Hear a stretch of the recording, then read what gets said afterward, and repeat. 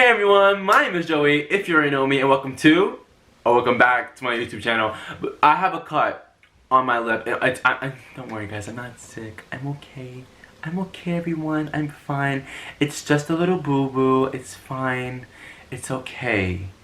But anyways, today we're going to be talking about the disappearance of Madeleine Mccann. Now, this case got so big, it got so much attention. It's literally one of the most frustrating cases ever because it's like anybody could have done it, to be honest. It's like you can't nail down one person or a few people. It's like a variety and so many different people who could have possibly done this, and we're going to be talking about it today. So before we start, please click that red subscribe button and join my family and join the squad. And now let's dive into today's brand new video. Madeleine Mccann was born on May 12, 2003 in Leicester, England, and she disappeared on May 3rd, 2007 at the age of 3 in Praia de Luz, Portugal. Now, this case got so big and so much attention. It was being called the most heavily reported missing persons case in modern history. That's literally a quote. Yeah, I did memorize that. But I did a lot of research. But yeah, it was literally, and it was also like the news of it, like how big it got, was literally being compared to the death of Princess Diana. That's literally how big, and how much this case literally spread, that it was literally being compared to that of Princess Diana. It really got so big, and so now we will start with her parents. Now, Gerry Mccann was born in 1968 in Glasgow, Scotland, and he worked as a cardiologist. A cardiologist is someone who treats diseases of like the heart and blood vessels, I think, and things like that. And her mom, Kate Mccann, was born on March 5th, 1968 in Hayute, United Kingdom, Hayute, something like that, in United Kingdom, and she was a general practitioner. That's like people who do like multiple things at one time. Now, also before we continue further, Madeleine had some really distinguishing features about her. She had her left eye, which was like a bluish green, and her right one, which was like a green color, but right in her iris, it was like green, and then she had like a brown patch in her, on her iris. So that really, she really stood out. And she also had a brown patch on her leg. The 28th of April in 2007, Madeleine, her parents, and her two twin siblings, Sean and Emily, I think, and a whole bunch of family friends and their children, they all went to Portugal for like a vacation. The McCanns were staying at a resort called the Ocean Club, and the apartment that they were staying in was being rented out. The people who owned it rented it out to tourists and people like that who are on vacation. Now, all of their friends that they had come with stayed in rooms like right next to them. So like they were not far apart. They were like kind of like in the same complex, perhaps. They were not far apart at all. It was like the that room and then that room. The old fields were in that room, and everyone, like Tanner, was in that room. They were really close together, so they weren't far apart at all. And so the day started off fun-filled, very busy. They went to the kids area. They ate. It was just a fun-filled day. Like, it was such like a normal, perfect day.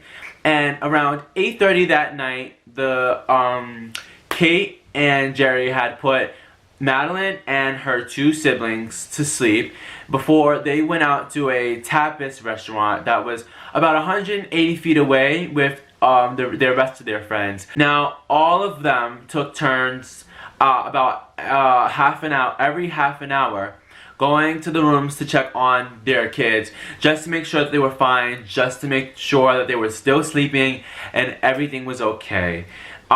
and I think when Kate, or it was Kate or Jerry, they went to their room to check on Madeleine, the door was like a little bit open, so they thought that they had left it open, like kind of a lot. But everything was fine. But the mistake they did make was they left one of the doors. I think it was a patio door. I'm not sure exactly which door it was. They left one of the doors unlocked.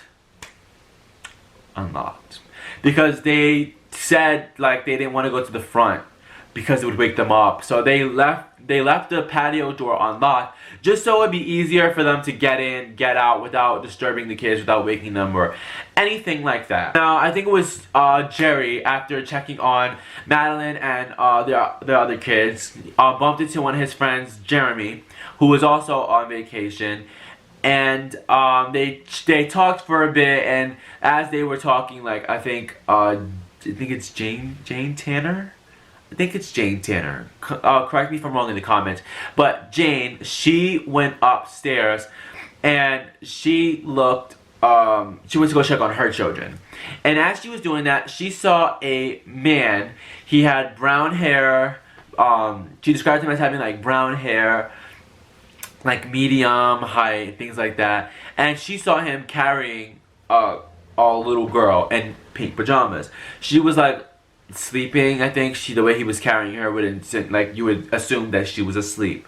So she didn't really think much of it She just thought it was someone, like a dad, carrying their child or to the room because they're tired, they're sleeping, we're sleepy, whatever. So you don't really think much of it. Like, you don't think that someone would just be carrying away a child or, you know, anything like that. She didn't think anything out of the ordinary of it. 9:30, Kate was going to go check on the kids, but I think it was one of the friends that was with them, Matt. He was already going, and he was already over there, so he offered to just do it for her. But it seems like he either didn't look thoroughly, like he didn't really look. He just like, okay. Like he didn't really do a look to see if they were there. Or he's just like hiding something. But he can't remember whether or not he actually saw Madeleine sleeping there. But he says he saw the twins. But he said that he can't really say for sure whether or not he saw Madeleine laying there. Now, around a half an hour after that, Kate went to go check on the kids, and when she grabbed the door, it slammed on her. But when she went inside, she found that it was from a window because a window was open, and so the wind slammed the door on her. Now, that is also when she found out that Madeleine was missing. Now, this is where it gets kind of sketchy, weird as well, because she found out Madeleine was missing, and so she left the other two kids were sleeping. So she left the other two kids to run and tell everyone else that Madeleine was missing. I don't think that's a very smart idea, but that's what she did. So when everyone heard about this, that is when Jane told Kate about the man that she had saw carrying a little girl in pink pajamas. Now, the police were immediately called. And they got there around 10:30ish, I'd say, because it was about a half an hour. They did something, and then like right after that, that's when the police had arrived. So the police had come, and they immediately started to look for Madeleine. Now this is when another couple came forward. I forgot who they were, but they came forward and said that they saw the same exact man carrying the same child as Jane had described, same height, same colored hair. And they also said the girl was wearing pink pajamas. So that kind of just matched the description because their descriptions were so similar. It was like, okay, well, you can't just be making this up. Now, if you learned anything from some of the cases that I've done and that I've talked about, it's that the police mess up quite often. And they definitely did with this case. Now, they didn't close off the room that Madeleine disappeared from. They didn't like label it a crime scene. So there were like lots of people coming in and out, which obviously from knowledge messes with DNA evidence and anything that could have been left around, left behind. And so that really was one of their first mistakes. And that has happened not only with this case, but the JonBenet Ramsey case and the other cases that I've talked about as well on my channel, and cases that I've read about off of my channel, that a lot of the time, sometimes the police make these such simple but yet so important mistakes, such as closing off a room as crime scene, all of the DNA evidence that they could have gathered from that. I mean, I'm just saying. Now, later on, the McCanns were looked at as suspects. They thought that the McCanns had done something and then staged it up to look like a kidnapping. But because there wasn't really any evidence, that kind of got, like, thrown out as well. Now, lots of new pictures of Madeleine have come out that forensic, you know, when they do like age progression, those pictures have come out to see what Madeleine would have looked like now. And so there was also a girl named Harriet Brooks. She was in, I think, university. She was in college. But she came out and said that she thought that she was Madeleine McCann. She had the eyes and she had a mark on her leg. And so she thought she was Madeleine McCann. But she would have been too old at the time to be Madeleine McCann, because Madeleine McCann right now would be around my age, but the girl was already in university. So there was no way that she was Madeleine McCann. But so, you know, obviously it was proven that she couldn't have been at Madeleine McCann and things like that. But it's just so unfortunate and so sad that these things happen. I definitely think that this is really, really, really sketchy. I think anybody could have done this. I'm not even the family, her parents hired private investigators. It didn't come out of their own pockets, but they hired private investigators. They tried to do some other stuff. And I do think, I don't know, I don't completely want to rule them out of being guilty, because it's kind of sketchy. I mean, they left that patio door unlocked. That's kind of dumb. And I'm just saying that's a huge no-no. Like a huge obvious no-no. If you have two sleeping 2-year-olds and one 3-year-old, you don't leave the patio door open just because it's for your convenience. I just think that's completely neglectful, and that's so bad. But I don't want to rule them out completely as being guilty, but I just don't want to say that they're guilty. I do think, you know, guilty, innocent until proven guilty. But there's also a lot of people that could have done it. Definitely that guy that Jane had thought, that Jane and the other couple thought they saw with the little girl. It's just endless possibilities of who really could have done this to Madeleine McCann. And it's just so sad and so unfortunate that this happens in general. And honestly, it's sad that it happens, period. That's it. It's just sad that it happens to anybody. I wouldn't wish anything like this even on my worst enemy, and this makes me incredibly sad.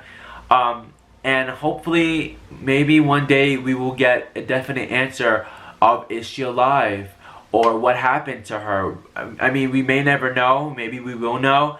Technology is constantly progressing, and you know, even before there wasn't really DNA where you could test DNA and things like that, but now we have things like that, and it makes it a lot easier and a lot good, and catching people and things like that. So hopefully in the future we will get to know if Madeleine McCann is still out there in the world somewhere, or if she has moved on.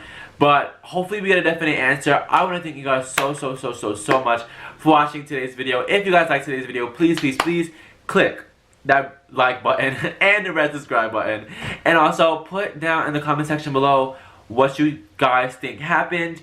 Who do you think is kind of guilty? Who are you looking at like, it was you? I can't really say of what I think. I really don't have a definite answer. But anyways, thank you guys so much for watching today's brand new video. I will see you guys in the very next video. Bye everyone.